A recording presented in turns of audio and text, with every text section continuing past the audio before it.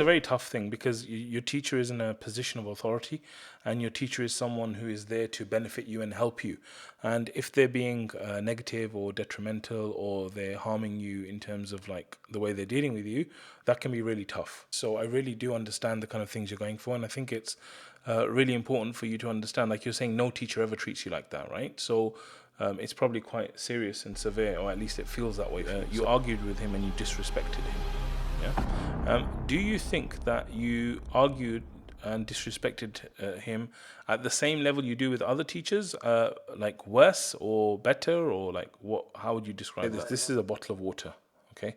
The water in it moves, but imagine there's no water in here. You would just see a clear bottle of water. Okay. If I show this to you today, you'll say it's a bottle of water. If I show it to you in 2 years' time, you'll say it's a bottle of water. And because it's a thing, it doesn't actually change. It stays the same all the time, right? And a lot of the times people, when they look at human beings, they look at them in this way. So for example, let's say you did what you said, which was you were much younger, you did stupid things, maybe you said stupid things, maybe you disrespected him. You did things that you regret. Okay, so this person, for example, now sees you as this container who he's come to a judgment, and he's gone, right, this kid is basically bad. This kid is negative. This kid is this. This is worst case scenario, I'm saying, just in case like he does think that, right?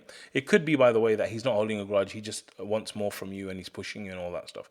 But let's assume he doesn't like you, right? So he sees you. So now, even though you've changed, he still sees the same thing. And because he sees the same thing, he treats you in the same way. So the best thing I would advise in a situation like this is that if you've done something wrong to someone, and there could be hurt or there could be pain that you've caused, my suggestion to brothers and sisters is always the same, that go and clean that mess up and fix it.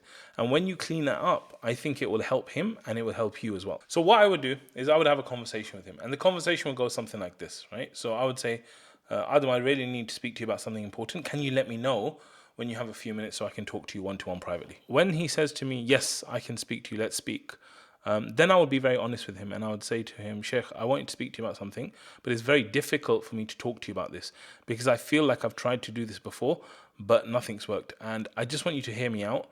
And after that, like, I'm happy to listen to whatever you've got to say, right? I want to talk to you about like our relationship. I feel like, it's been a strained relationship. I feel like, I did a lot of silly things.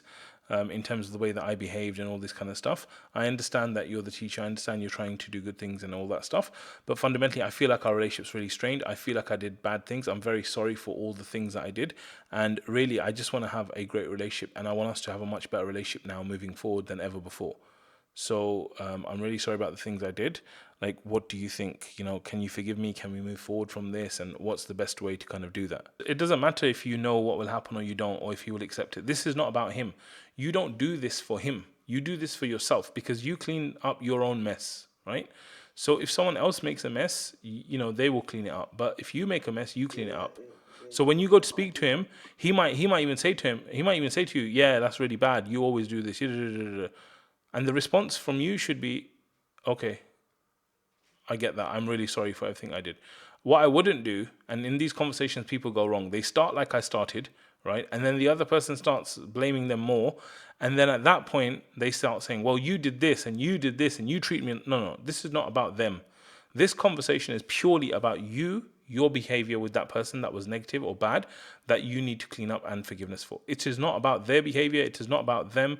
And I'm saying by doing a conversation like this, it will actually transform the relationship. One person can transform the relationship like this. If they're sincere, if they're like really good, I'm telling you, it will inshallah soften him. It will really, really help the relationship. But if you get into the other stuff where he starts saying, yeah, you are bad, and then you start arguing with him, the conversation is not going to work.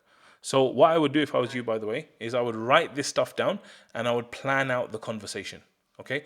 I would plan it out and I would write it down in terms of what am I going to say to him. And even if I have to sit down and read it to him, I would read it. I'll be like, Sheikh, look, I want to speak to you about something.